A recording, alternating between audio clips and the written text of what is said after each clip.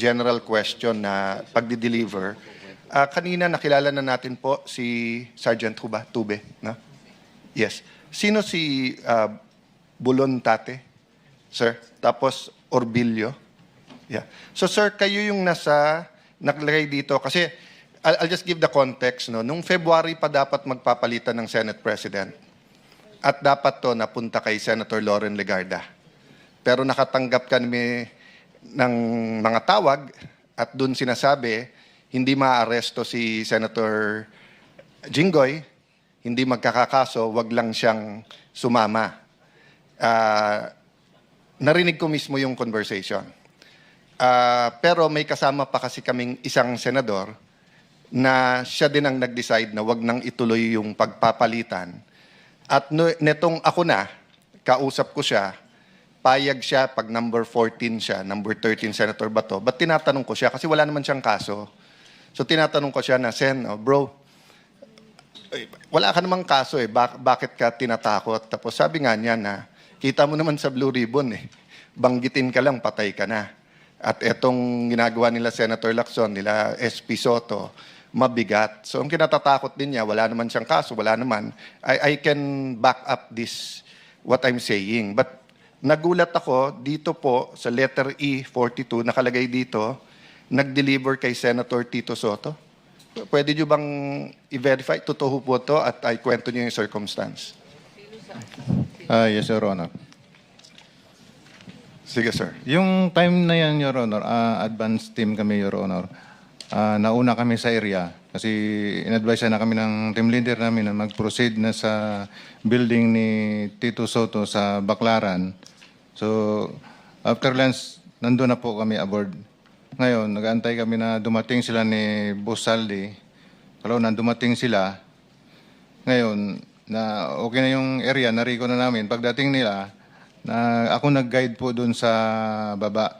Parang may basement sa gilid po. Ngayon, dumiretso yung limo ni Boss, umikot. Tapos nag-drop off. Tapos umakyat sa parang nagdanan, Your Honor. At tapos may elevator. Kasama niya po si A.A. Mark, saka si Paul, saka yung SO niya po nga si Police Major Dichoso po. Tapos noon, pasakay siya sa elevator, may pagbukas ng elevator, may nagsalubong po doon. Sumakay sila. Tapos yung malita po na dala po namin, nadala po ng mga kasama ko, tulak-tulak po nila yung dalawa, hinabol ko yung dalawa, at sinambay po sa elevator. Tapos yung the rest po na ibang malita, hindi po nakahabol. Nauna na po, akyat sa taas po.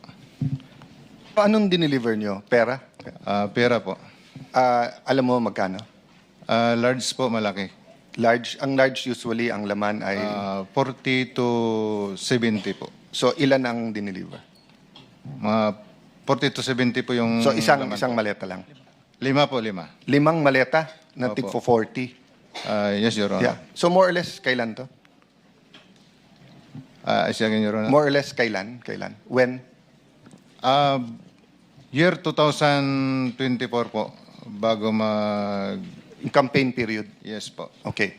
So, kaya ko to tinatanong dahil mabigat sa akin to dahil nga pinaniniwala natin yung Blue Ribbon Committee na pinamunuan ni Senator Lacson, but everyone knows magpartner talaga yan si Senator Tito Soto and Senator Lacson, no? Not partners in business but partners in politics, no?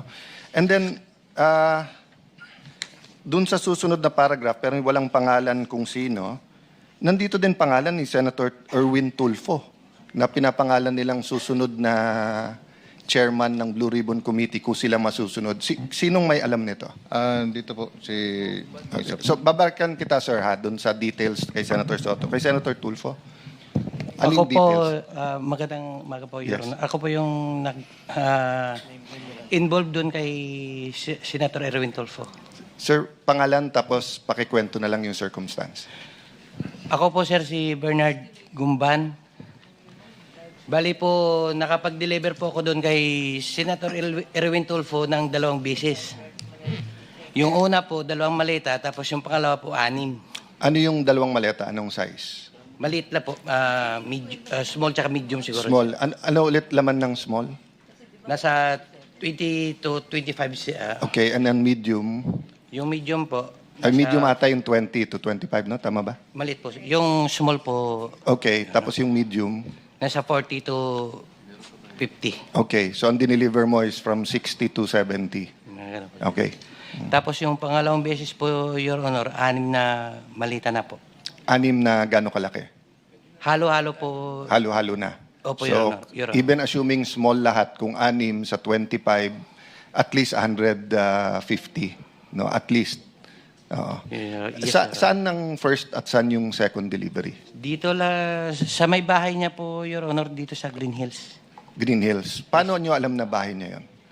Tinanong ko po si Mark Tiksay. Sabi ko, Boss Mark, kaninong bahay po ba yun?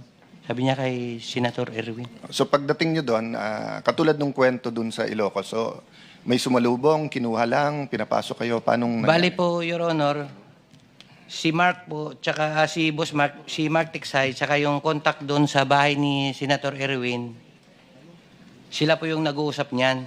Tapos pagdating po doon sa bahay, ibababa po namin yung mga malita, tapos ihatid doon sa loob. Yung nagre-receive na po yung si Boss Mark na po, tsaka yung nagre-receive yung bala. So hanggang saan ka nakapasok? Nakapasok po ko doon, yung bahay po may basement eh. Hanggang sa ano lang. Yung basement, Pababa. kasama kotse or bababa? Hindi po, Your Honor. Yung malita po, Yung maleta. Tinulak So yung ko kotse, sa parking lang kayo, sa labas lang po ng bahay. tapos nadala yung maleta hanggang sa basement. Papasok lang po kasi may sumalubong na po doon eh. Yung, Okay. yung ano So po kung yun. halimbawa, dadala namin kayo dun sa mga lugar na sinasabi nyo, matuturo nyo na ito yung bahay, tapos Yes, masasabi Your nyo Honor. dito yung basement. Yes, sir. Yes, sir. Opo. Third lang, nagulat lang ako sa mga pangalan na to. Letter J, Franz Castro. Nasa Progressive Block to at nandito siya nung Martes. Martes at basta this week nandito siya eh. Sino may alam nitong kay Franz Castro? Nasa paragraph 43. Tapos Leila de Lima. Tapos may nakalagay dito sa Polo Club na bigay. Sino po dito? Nagugulat lang po ako kasi traditionally ang anti-Marcos, yung progressive groups and yung Dilaw at Pink. Pero recently sa nangyayari sa Senate, Marcos na rin eh. But biglang nandito mga pangalan nila. Again, that doesn't mean this is true. That's why I want to found. Sinong may alam nung kay Leila de Lima at saka kay Franz Castro? Mga kongresista. Si Franz Castro, Your Honor, laging ka-meeting niya nila boss Saldico sa opisina niya doon sa Congress po at saka sa Okay. Townhouse. Then pagkatapos po ng meeting nila, paglabas po, may mga bit-bit na po yan silang mga paper Pag bag. sinabing sila, sino pa usually kasama ni Franz Castro? Not necessarily sa pera, sa meeting. Yung babae rin yun, Your Honor, yung lagi niya kasama. Tatlo yan sila, Your Honor, kasama si Raul Manuel at saka yung isa pa. Si Franz Castro at saka si Brosas, Your Honor. Okay. How about yung kay Leila de Lima? Sinong may alam? Si Laila de Lima po, lagi po yan sa Townhouse. Ka-meeting po sila boss. Then, pagkatapos po niyan, ganun din po, may dala-dala na rin po yan. Kuha niyan, Your Honor, Quadcom hearing. Kailangan nating i-clarify muna, no? Kasi yung pagkabanggit nyo kay Congresswoman Laila de Lima, kasama siya sa mga congressmen ng 19 Congress. Hindi pa siya congresswoman noon eh. Yan Bakit nga. siya kasama rito dun sa listahan ninyo sa paragraph 43? Yun po yung, siguro po may lapses po kami dyan. Kasi, Your Honor, Napagkamalan nyo siyang congresswoman noong panahon na yon. nung congresswoman, nung panahon na yun, Your Honor, hindi pa po siya kongresista. Pero yung namimit na po kami ni Attorney Baligod, congresswoman na po kasi siya, kaya nasama po dyan sa mga congressman po. Kasi bukod sa kanya, itong tunay na mga congressmen na nilist down nyo sa paragraph 43, babanggitin ko na, salita nyo naman ito eh. Ito yung mga nag-deliver po kami mismo sa bahay ng ilan, sa HOR, at yung iba kinuha nila sa Unit 8 o Unit 9 ng Polo Club Townhouse, Forbes Park. Sila ay mga sumusunod. Benny Abante, Sia Adyong, Jose Alvarez. Dito binabanggit ninyo kung saan kinuha eh. Halimbawa, si Benny Abante, kinuha niya sa House of Representatives saka sa Townhouse. Si Sia Adyong, mga congressman po ito House of Representatives niya kinuha. Jose Alvarez sa Forbes Park House. Jojo Ang, Townhouse. Julien Baronda, Townhouse. Ace Barbers, Townhouse. Ching Bernos, House of Representatives. Arlene Brosas, House of Representatives, Townhouse. Franz Castro, House of Representatives, Townhouse. Joel Chua, House of Representatives. Manix Delipe, House of Representatives. Ito nga, si Laila de Lima, Townhouse din niya kinuha. Dan Fernandez, House of Representatives, Townhouse. Janet Garin, House of Representatives, Townhouse. Dong Gonzales, Townhouse. J. Konghun, House of Representatives at Townhouse.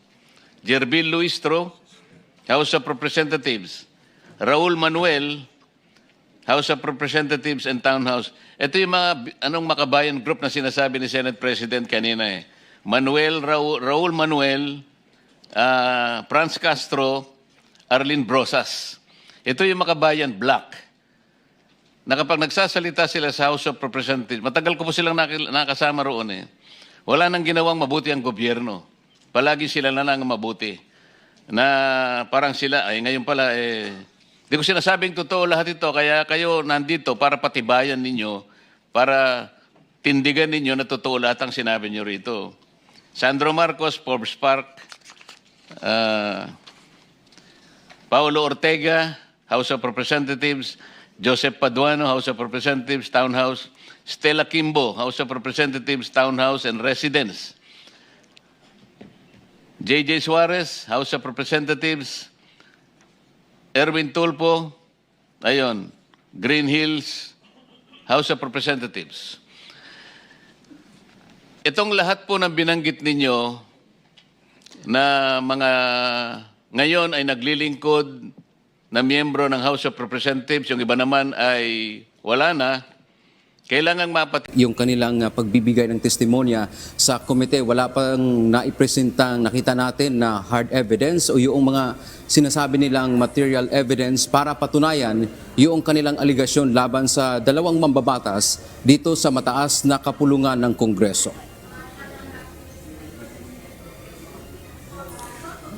Natuloy kanina ang pagdinig ng Senate Blue Ribbon Committee na pinangungunahan ng grupo ni Senator Alan Peter Cayetano. Subalit ang dumating lang na mga resource person ay ang 18 dating mga sundalo o tinatawag na 18 ex-Marines at ang kanilang abogado na si Attorney Livito Baligod. Subalit bago magsimula ang pagdinig, nagkaroon pa ng tulakan partikular kina Senator Robin Padilla at DILG Secretary John Vic Remulla.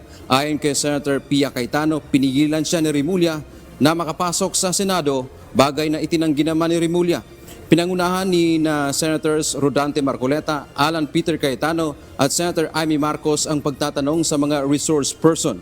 Inihayag ng isa sa mga miyembro ng 18 dating mga sundalo na kasama sa nahatiran umano nila ng pera ay si Senator Vicente Tito Soto III. Partikular na dinala ang mga maleta ng pera o maleta na may mga lamang pera sa isa umanong building ni Soto sa Baclaran. Ito ay galing sa dati nilang amo na si dating Congressman Zaldico. Nagulat ako dito po sa letter E42, nakalagay dito, nag-deliver kay Senator Tito Soto. Pwede nyo bang i-verify? Totoo po ito at ay kwento nyo yung circumstance. Yes, Your Honor. Yung time na yan, Your Honor, advance team kami, Your Honor. Nauna kami sa area kasi in-advise na kami ng team leader namin na mag-proceed na sa building ni Tito Soto sa Baclaran. So, after lunch, nandun na po kami aboard. Ngayon, nag-aantay kami na dumating sila ni Boss Saldi. Pero nang dumating sila, ngayon, na okay na yung area, narigo na namin. Pagdating nila, na ako nag-guide po dun sa baba. Parang may basement sa gilid po. Dagdag pa ni Sergeant Tube, nasa 5 maleta ang naibigay nila kay Soto. Paanong dineliver nyo? Pera? Pera po. Alam mo magkano? Large po, malaki. Large, ang large usually ang laman ay 40 to 70 po. so ilan ang dineliver? Mga 40 to 70 po yung... So isang laman po. maleta lang. 5 po, 5. 5 maleta na tig Opo. 40. Yes, Your Yeah. Honor. So more or less kailan to? Year 2024 po, bago Campaign period. Yes po. Okay. Jun, bukod kay Soto, dawit din ang pangalan ni Senator Erwin Tulfo. Dinala umano ang nasa 8 maleta ng pera sa kanyang bahay sa Green Hills. Nandito din pangalan ni Senator Erwin Tulfo na pinapangalan nilang susunod na chairman ng Blue Ribbon Committee kung sila masusunod. Sinong may alam nito? Bali po, nakapag-deliver po ako doon kay Senator Erwin Tulfo ng 2 beses. Yung una po, 2 maleta, tapos yung pangalawa po, 6. Ano yung 2 maleta? Anong size? Maliit na po, small tsaka medium siguro. Small. Tapos yung pangalawang beses po, Your Honor, 6 na malita na po. 6 na gano'ng kalaki? Halo-halo po. Halo-halo na. Saan ang first at saan yung second delivery? Dito sa may bahay niya po, Your Honor, dito sa Green Hills. Dagdag pa ni Gumban, tagahatid o tagababa lang siya ng pera at mayroon na silang kasama na may kausap at tagatanggap sa bahay ng mambabatas. So kung halimbawa dadala namin kayo dun sa mga lugar na sinasabi nyo, matuturo nyo na ito yung bahay tapos Yes, Your masasabi nyo Honor. dito yung basement. Yes, sir. Yes, sir.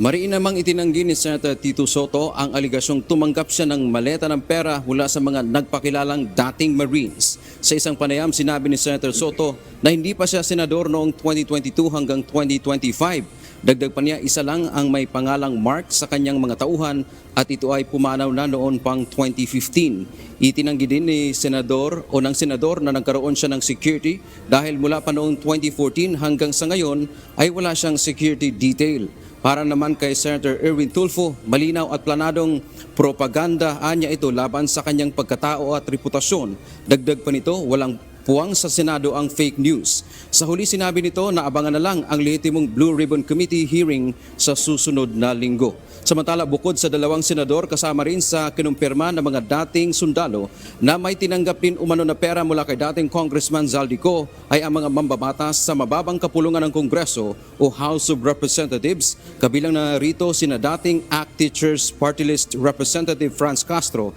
former Zamboanga Congressman Manix Dalipe, Representatives Laila de Lima, Sandro Marcos, Tere Redon, Joel Chua, Janet Garin, Benny Abante, Jervil Luistro, Zia Adyong, Jose Alvarez at iba pa. Si Alvarez ay nagpunta rito kanina sa Senado para pasinungalingan ang aligasyon laban sa kanya. Wala po akong tinanggap na malita galing kay Saldico dahil wala naman utang si Saldico sa akin. Wala din ako utang sa kanya. Jun, kabilang sa mga nagbigay na ng dinideny yung aligasyon ay si Congressman Terry Redon sa isang panayam kanina. At doon nga sa pagdinig ng Senate Blue Ribbon kanina ay yung mga idinitalya ng mga dating sinasabing Marines ay yung pag-deliver nila ng mali-malitang pera mula 20 million hanggang 70 million pesos. Parang sinasabi nila dito, Jun, ay yung sizes ng kanilang maletang i-deliver ay small, medium at saka large. At ang kanila daw pag-deliver ay 3 times a week na mga 3 times a week. So at hindi bababa sa 20 maleta ang kanilang na-deliver bawat pag-deliver nila, no. At kabilang din sa kanilang nabanggit kanina ay